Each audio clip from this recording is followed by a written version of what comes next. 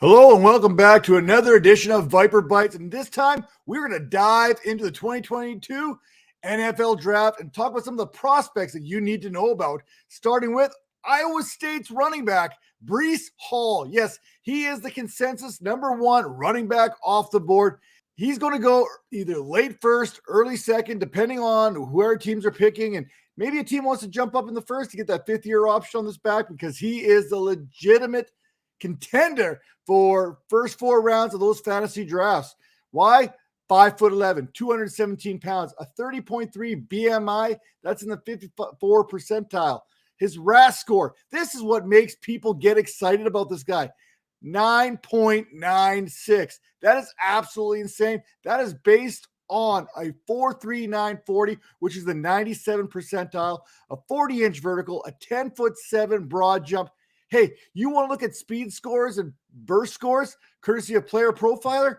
116. That is the speed score for Breece Hall. That is in the 98th percentile. Now, you take back that burst score, that is still in the 94th percentile with a 131 score. What about college? What did he do in college?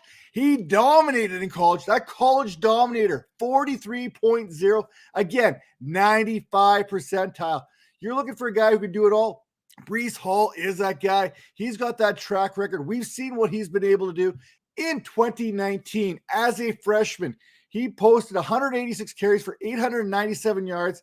That's 4.9 yards per carry and 9 rushing touchdowns. That's not it. He got involved in the passing game there. 23 catches, 252 yards, 11 yards per reception, and 1 touchdown in 12 games. He only started in 7 games. So going from weeks 5 through 12, the true freshman, he amassed 813 rushing yards and 9 touchdowns. And he went on to earn second team All Big 12 honors. Yeah, he got the job done as a freshman. But wait, there's more. In 2020, Breece Hall was 6th in Heisman voting while earning unanimous first team AP All-American accolades after leading the FBS. Yes, leading the FBS with 1,572 rushing yards. That's 279 carries, 5.6 yards per carry. And he also had another 23 receptions for 180 yards, 7.8 yards per catch, and 2 touchdowns receiving. Again, 12 starts. Not to mention, he rushed for 21 touchdowns and was runner-up the Doak Walker Award, which was handed out to the nation's top running back. 2021, he wasn't slowing down. He kept going. Again, a Doak Walker finalist there. First team AP All-American. Once again, Big 12 Offensive Player of the Year in 2021. He ranked 7th in the nation in rushing. He had a little bit of a dip, only 1,472 yards on 253 carries. Again, 5.8 yards per carry. He was also tied for 3rd with 20 rushing touchdowns. Bippity boppity boo, like I like to say, add it all up. And you get 3,941 rushing yards, 50 touchdowns, a 5.5 yards per carry average. And then you've got 82 receptions for 734 yards, an additional 6 touchdowns during his time at Iowa State. But wait, we've got more things to talk about here when we talk about Breece Hall. He holds the NCAA record for most consecutive games with a touchdown. 24 straight games Breece Hall hit pay dirt. I don't care what conference, what league, what division you are in. That is impressive. And to do this, oh boy, you know he's got a nose for the end zone. Hall scored a touchdown in every game during his sophomore and junior seasons. Now, we love ourselves some family ties here, especially when we're talking about our top end prospects. And Hall's stepfather, Jeff Smith, he played a little college ball back in Nebraska before spending a little bit of time there with the Buccaneers and the Chiefs in the NFL.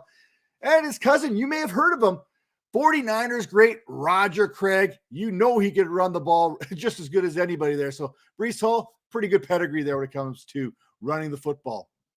What's he good at? What's he not good at? Hey, his strengths. He is a 3-down potential type back there. Good size. He can withstand the rigors of the NFL. 50 rushing touchdowns in 3 seasons. You know he can score, but he can do it from anywhere on the field.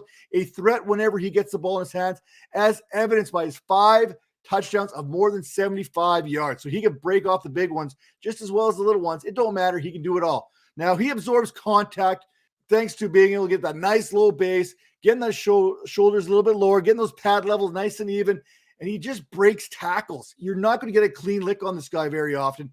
And his change of direction, he does this without slowing down. He's able to cut and go, and one cut and he's off. When we're talking about Breece Hall, there's a lot of good things that he does.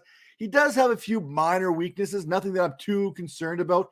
At times, he comes across as maybe too patient, maybe a slight hesitation when he reads. In the NFL, you have less time to react to these plays. And his 718 carries and those 82 receptions we talk about tread on a running back's tires. There may not be a whole heck of a lot of tread left by what we normally would say. You know, if a running back doesn't get many touches in college, we knock him for that. If a running back gets too many touches in college, guess what? We knock him for that. But 800 touches in 3 years, that is a lot of work for anyone. Before we go much deeper, make sure to head over to fantasypoints.com and check out the new NFL prospect guide. You know, Greg Cassell, he's in there. Wes Huber, he's got some stuff in there. This one-stop shop for all your fantasy football needs, all your draft needs right here in one spot. And you'll hear them. They love Breece Hall as much as anybody. And when I break it all down, who is Breece Hall? Some draft pundits are calling him a Jonathan Taylor-like. I've heard Matt Forte's name thrown out there as well. We know he can score on the field from just about anywhere. And when he gets to that second level, he is one dangerous back. While he may lack that short area burst, he's tough to bring down anywhere on the field. And when he gets that second level, he's going to be a huge problem for anyone. How does he do it? Well, he does it with a good sense of direction, great vision, and a high IQ to set up those second level defenders for that additional yardage. And in the passing game, he's got some soft hands, so he can get his mitts on the ball, and he's not going to have very many drops. He's a natural pass catcher in that sense.